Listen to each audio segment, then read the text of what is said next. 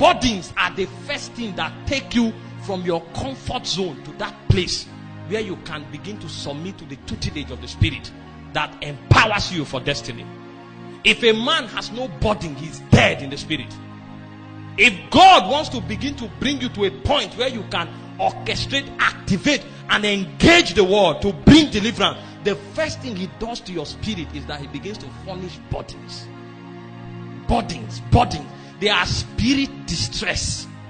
They are unrest that are caused in your spirit man by the Holy Ghost to turn your attention to himself. It is only a burden that can take a prince from the palace to go to the backside of the wilderness, because there is a tutelage that awaits him if Israel will ever be free. Even the voice of God had spoken that these people will be in captivity for 400 years. But at this time, it was already 390 years and they were still in captivity. Heavens was looking around. There was no man that will rise.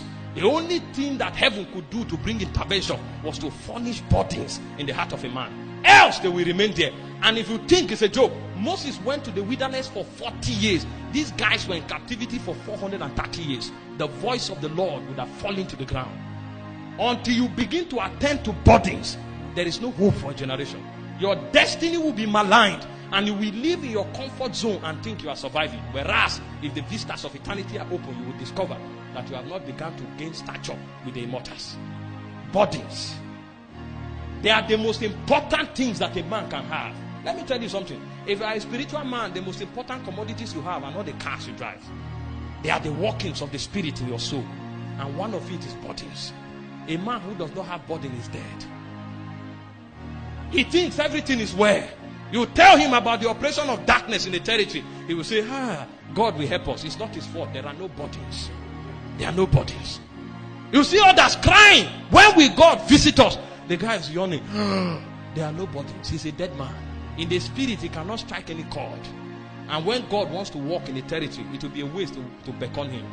Because no matter what he sees, he will still sleep through the night. He doesn't have burdens. When the destiny of Israel was about to be turned around for good, what heaven did was to create burdens in the heart of Moses. There are times in your life when nothing matters anymore. You lose your peace. You don't know what is troubling you. The movies you used to watch, when it's on, it becomes noise. Even the people that surround you, they are talking, they are gisting. You can't imagine what they are saying. You just leave them, you go and lie on the bed. You don't know what is happening. It's called burdens. When God wants to create an eternal change in a territory, he begins to release burdens of people. And most of us pray, but we pray religiously. We pray according to schedule. We pray according to fellowship times. And when burdens come from heaven, that is when we are sleeping. That is why we pray for many years, but we don't go forward. Men who attend to burdens, they become masters in the spiritual realm. Because if you don't travel in the direction of your burden, you cannot come to Horeb, the mountain of God, where the voice of God can be heard. The reason you see people asking questions all the time, what will God have me do, is because they don't attend to burdens. The burdens that the Holy Ghost furnishes in your heart is the intervention of heaven for your destiny. But most of the times, people don't attend to burdens. Sometimes a burden can be on a man's heart for 3 months, and he allows it to dissipate. That man is a babe in the things of God. The move that changed my life till date, it came in 2012. Don't worry, let me not tell my stories. Sometimes it's better to look at scriptures. Scriptures have eternal scope. Let me show you 2 scriptures before we talk so much and it becomes something else. Look at Exodus quickly. Exodus chapter 2, verse 11 to 14. See what the Bible says.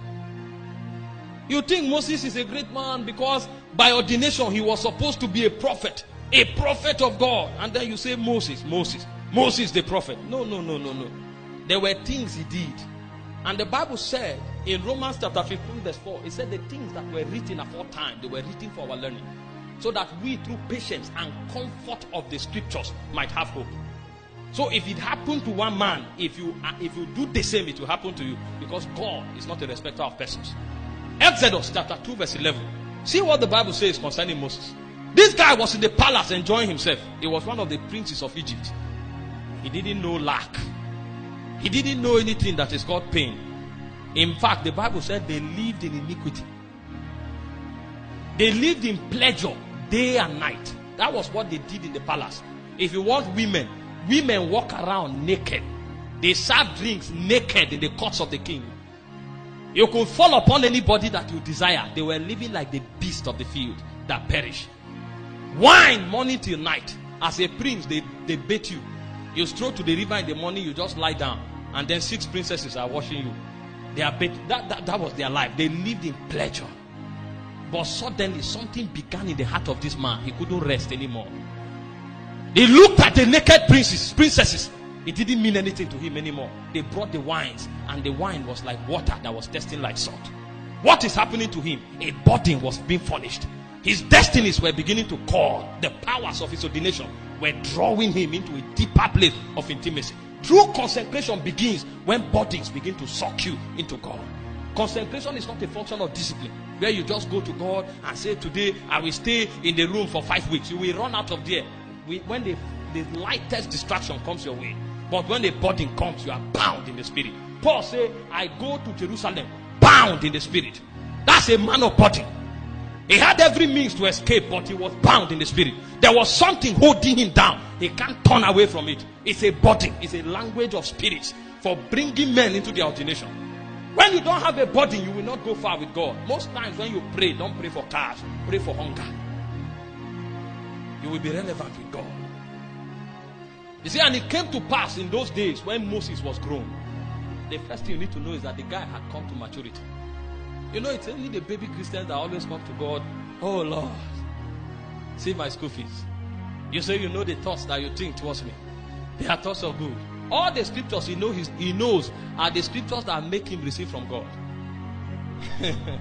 The guy can quote 50 scriptures. 50 scriptures for receiving 50 things from God. He's a babe. Those ones cannot be committed the riches of the kingdom, because they don't know what it means. They don't know what the thought in the heart of the Father is. They don't know what God is thinking about that. What is happening to Moses now is what is in the heart of the Father. The Father, 400 years was by the corner, and there was no deliverer who will rise and say, God, deliver your people. The Father, he had burden for his people. This guy was beginning to download what's in the mind of the Father. When a man has a burden, even the money in his pocket becomes relevant. Hope you know, in this IEC, some people were buying suits. They didn't sow 1 naira. They don't understand the weight of kingdom. They only live for themselves. But this guy, the Bible says, when he was grown up, if you are grown up, the things that are in the heart of the Father becomes your concern. Every day you wake up, you find out what God wants to do in your life, what God wants to do in this territory. It begins to govern your prayer point. Your lifestyle are shaped by those things that you perceive in the heart of the Father. That's why a man can be on the mountain for 2 years. You think he's praying about himself. You don't know what you are saying. He's asking God, when will revival come? He knows what is in the heart of the Father. There is a promise to the ancestors that 400 years from now, Israel will come out of captivity. And they will come out with riches and plenty. The guy was resonating with Zion. It's a language of spirits, burdens. See, when he was grown up, the Bible said he will leave the palace and go to, see what he said, that he went out unto his brethren.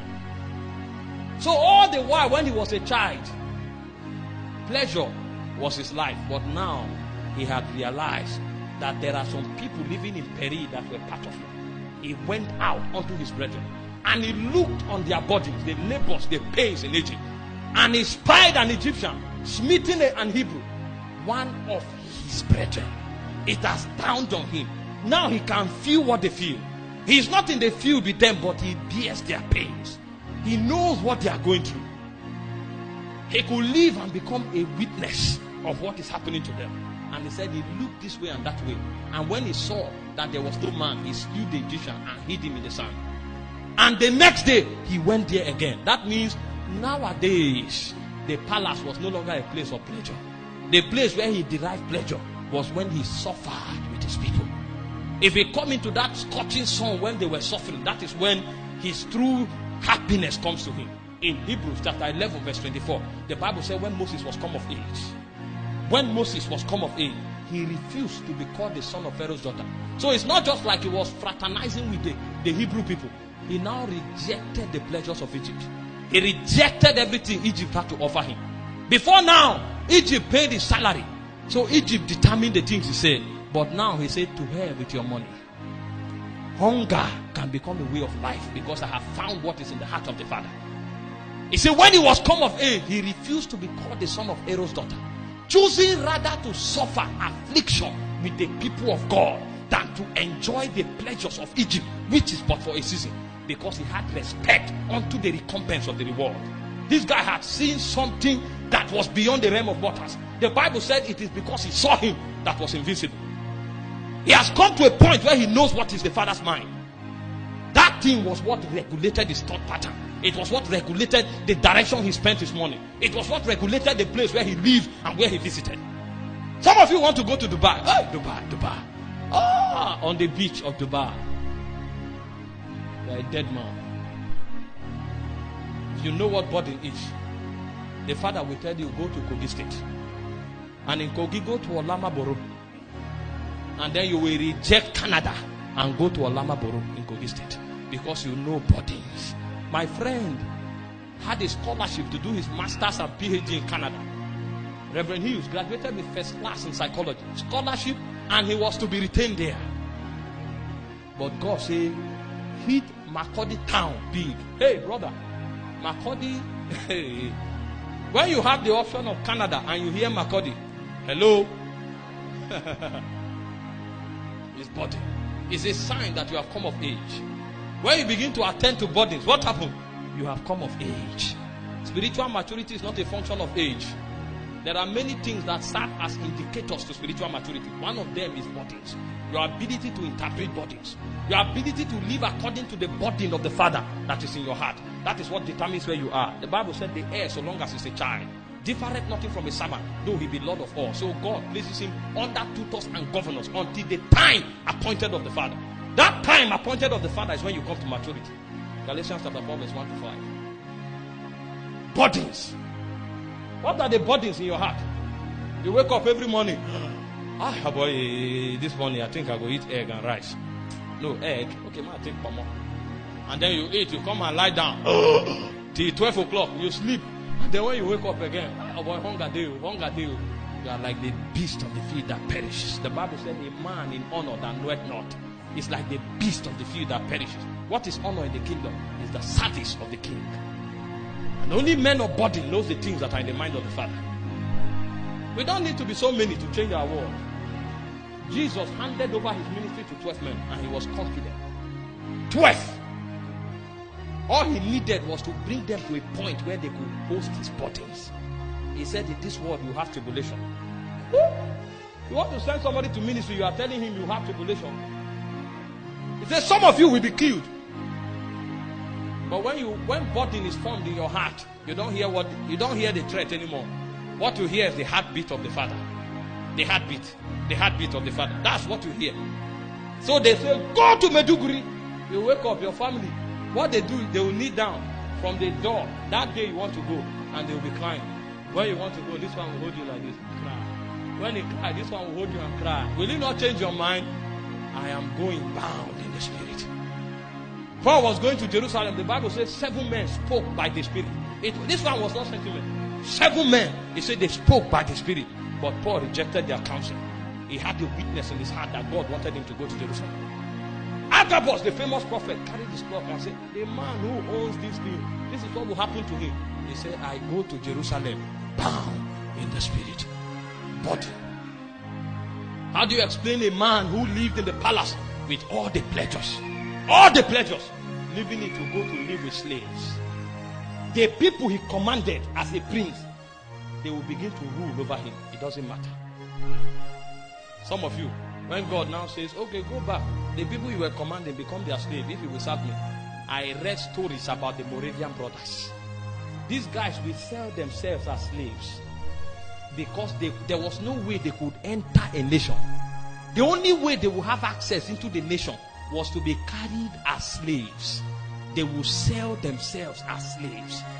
Give the money to others and they will be carried as slaves into a nation never to return. Never.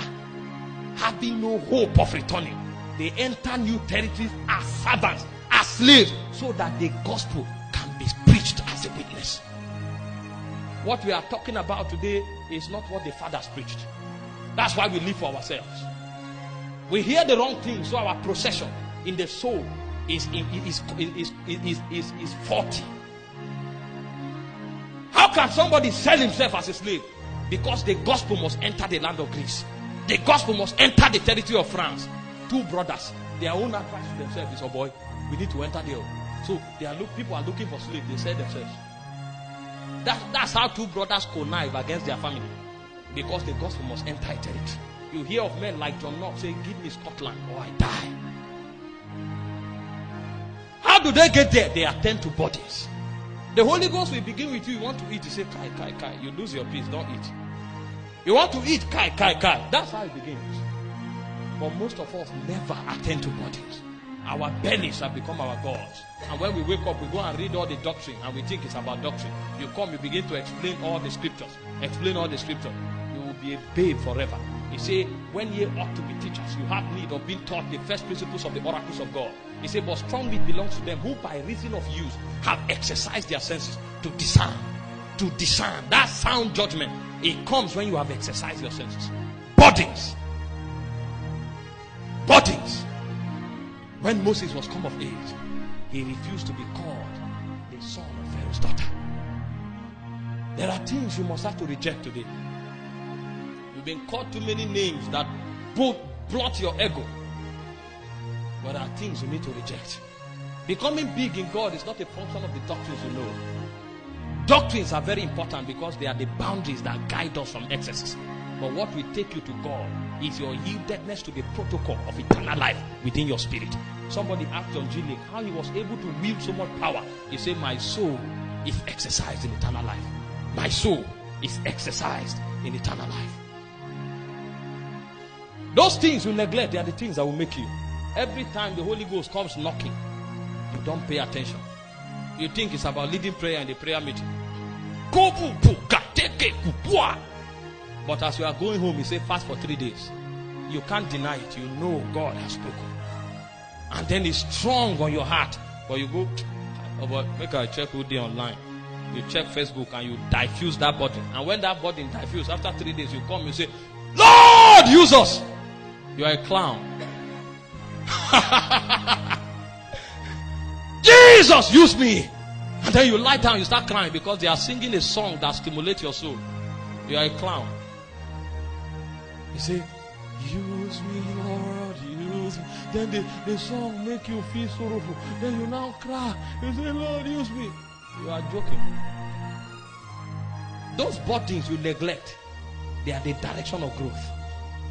And the more you yield to them, the more you become significant. It doesn't take God anything to announce you to the world. The world is just a globe in the hands of God.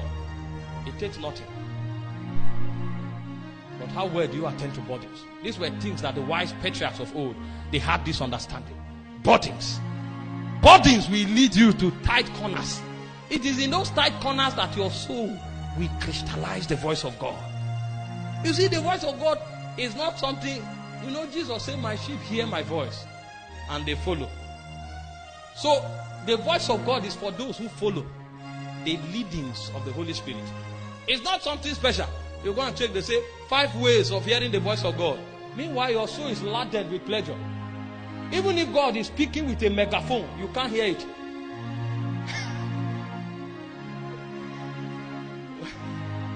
The voice of God. People are laboring. 7 ways to hear the voice of God. Then they cram it. And they say, can I tell you something about the prophetic? You can be very accurate in the prophetic, but you may not be part of the agenda of God. Do you know why? You can develop your mind and you'll be able to pick things in the spirit. But that you are picking things in the spirit does not mean God is talking to you.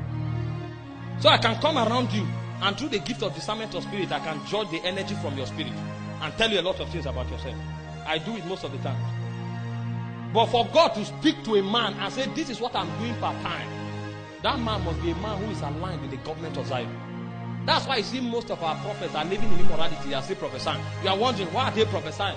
There is a mechanism in the soul that if you develop, it can pick things from the realm of the spirit. but they will never hear God. They don't know the mind of God. That's why they are calling names and phone number when God is saying revival, revival. How many prophets are you hearing talking about revival? They don't know where God is going. They have only trained their spirit to pick things from the realm of God. Burdens, they make you stand with God in alignment. Heaven can count on you because you have mastered the way of attending to burdens. Sometimes you go home from a prayer meeting and then you are tired, you want to sleep, and the Holy Ghost says, rise now. Ah! You stand up, you sleep again, but you can't sleep. Rise now. Every time you wake up, your heart is heavy. Then you just carry yourself. Sometimes, nowadays I sleep on ties because most of the times these instructions are strange. So I don't sleep on the bed anymore. I sleep on ties. Even if God is not speaking, sometimes when it becomes very cold in the night, you wake up. You wake up. And sometimes I sleep constantly with messages. If the ties can't wake me up because I'm too tired, sometimes I will go and hear, God is coming. And then sometimes I'm preaching and the person is talking about the angelic realm. And then I begin to see the visions of angels. And then I'll wake up and say, thank God, thank God. Then I'll hear the message. Okay, it's talking about angels. It's what he's saying that is animated. Bodies, they are the things that make men. Great men are not made by doctrines. They are made by bodies. In this kingdom, you want to be great with God, you must follow the organic protocol. The Holy Ghost is the only one that has the compass of your destiny. And he's the only person that will guide you into all truths. If you don't follow the Holy Spirit, you will never amount to anything. And following the Holy Ghost is not in your head, it's in your spirit. He leads you in the path of righteousness for his name's sake. By bodies. That was what made Moses a great and mighty deliverer. He knew the language of bodies. And when you follow body, a time comes when God leads you to the backsides of the desert. He said he came to Horeb, the mountain of God, and God began to speak to him. Burdens lead you to the place of the voice of God. And when you come to the place of the voice of God, that is where total surrender is required. Because you have come to understand that it's not given to man that walketh to order his steps. That is one of the most difficult college in the school of the Spirit. The most difficult syllabus is the syllabus of the voice of God. And God, his voice will be scarce until you come to a point where you don't trivialize it. Speak